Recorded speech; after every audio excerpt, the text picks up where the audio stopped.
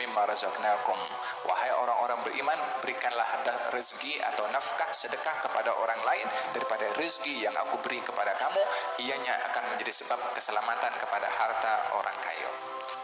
Sementara baginda Rasulullah SAW bersabda, dalam hadis baginda bersabda, setiap pagi itu malaikat akan berdoa kepada Allah, ya Allah, berikan ganti kepada orang yang bersedekah, berikan kehancuran kepada orang yang kedekut untuk bersedekah.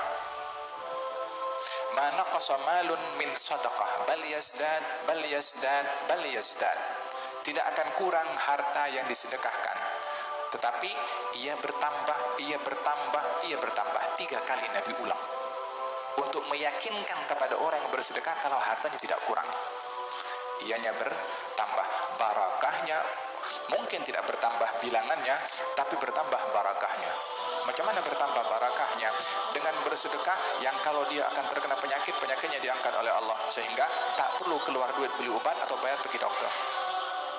Pun itu bahagian daripada rezeki dari Allah Subhanahu wa taala. Bal yazdad bal yazdad bal yazdad. Assalamualaikum warahmatullahi wabarakatuh. Hari ini saya akan share satu ayat yang merupakan antara struggle saya sepanjang jalan tarbiyah ini, yakni bersedekah. Okey, baik. Mari kita tengok surah Al-Munafikun ayat 10. A'udzu billahi minasyaitonir rajim.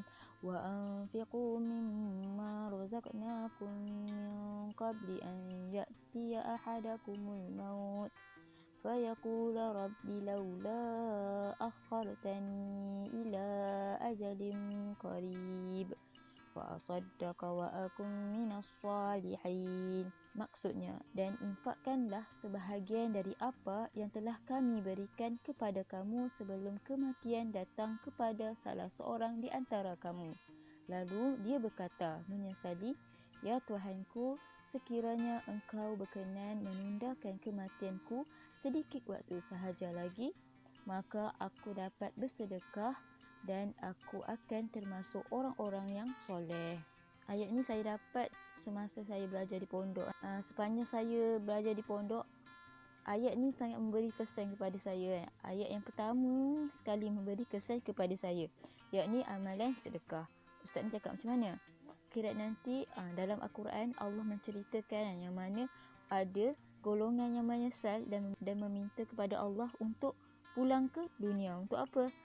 Semata-mata untuk melakukan 2 perkara, yakni menjadi orang yang bersedekah dan menjadi orang yang soleh. Okey, dalam banyak-banyak amalan, kenapa sedekah yang disebut? Kenapa tak disebut puasa? Kenapa tidak disebut solat? Kenapa tidak disebut dengan membayar zakat? Tapi kenapa sedekah? Kenapa dalam banyak-banyak dia nak balik ke dunia ni semata-mata nak bersedekah dan beramal soleh? Sedekah ni amat penting bagi setiap orang Islam. Kerana apa? Kerana sedekah tu adalah tabungan kita di akhirat nanti. Yang mana kalau kita tidak bersedekah sekarang, maka kita akan apa-apa di akhirat. Auzubillahi min zalik. Maka mindset pertama kita adalah kita perlu sedekah sebagai tabungan kita dekat akhirat. Bukan kita perlu menabung untuk hari tua kita. Sebab apa? Sebab kita tidak tahu bila kita akan mati. Mungkin esok, mungkin dalam seminit lagi. Tetapi akhirat itu adalah pasti dan kita mesti melaluinya. Kerana apa?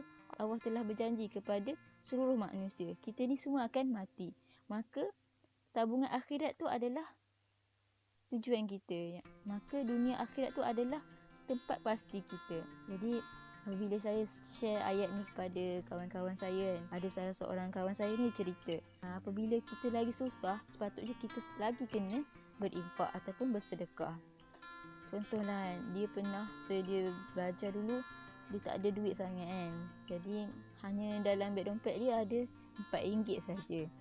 Dia yakin yang Allah akan tolong dia. Jadi dia sedekahkan semua RM4 ini ke dalam tabung. Nak dijadi cerita, esoknya dia dapat 40,000. Kalau kita yakin dengan Allah, kita yakin dengan pengorbanan kita ini Allah pandang dan Allah lihat semata-mata kerana Allah, nescaya Allah akan pemudahkan urusan kita, sama ada di dunia dan di akhirat. Kerana setiap harta kita ada harta orang lain, ada hak orang lain yang perlu kita tunaikan. Jadi dengan cara bersedekah, kita dapat membersihkan harta kita kan. Contohnya dapat gajian, yang ni bukan untuk aku seorang saja, yang ni ada hak dan bahagian orang lain, maka aku perlu beri. Apabila kita buat belanjawan kan, kita setiap bulan kan, jadi sedekah adalah yang pertama. Saya harap kamu semua dapat mendoakan saya semoga menjadi di kalangan orang yang banyak bersedekah. Okey, bila cerita pasal sedekah ni kan, saya ingatlah momen-momen waktu awal-awal terbiah dulu, kita orang selalu akan pergi daurah dekat Bangi, sebab waktu tu kena berkumpul dekat sana lah. So kita akan selalu bergerak ke Bangi lah. So waktu tu satu benda yang struggle adalah dari segi duit sendirilah, sebab kita nak kena spend duit lah kan untuk pergi bergerak ke Bangi. So kita orang gerak ke Bangi tu sama ada naik bas ataupun naik train ataupun naik kereta. So semua tu perlukan duit so satu benda yang struggle lah waktu tu, sebab kita belajar lagi tapi kita nak kena spend duit. Saya ingat lagi ada satu soalan yang saya utarakan. Saya tanya, kenapa kita je yang selalu pergi ke sana, kenapa diorang tak boleh datang Perak macam tu kan. Tapi kan bila dah makin lama ni, kita rasa macam benda tu satu benda yang manis. Bila kita dapat berkorban sesuatu ni di jalan tarbiyah ni, benda tu sebenarnya satu benda yang manis lah.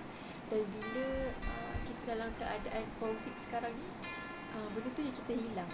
Kita tak dapat nak berkorban dari segi kewangan tu sangat, sebabnya semua online kan. Kita usrah online, kita daurah online, tak boleh nak bergerak ke mana-mana. Jadi bila dah tak ada benda tu, barulah kita rasa macam kita hilang satu kemanisan dalam jalan tarbiyah ni. Macam itulah. Dan betul lah kata Hanisah tadi tu kan, bila dia kata bila kita berkorban dari segi harta kita sebenarnya kat dunia ni, sebenarnya dia tengah menompak kita punya akaun bank dekat akhirat kan. Tengah tambah kiranya macam duit kita tak hilang, tapi duit kita tu macam tengah bertambah dekat akaun akhirat, macam tu. Jadi itulah satu benda yang saya rasa dulu susah sangat nak berkorban lah.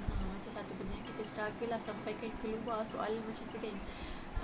Tapi rupanya itulah kemanisan yang Allah nak bagilah sebenarnya.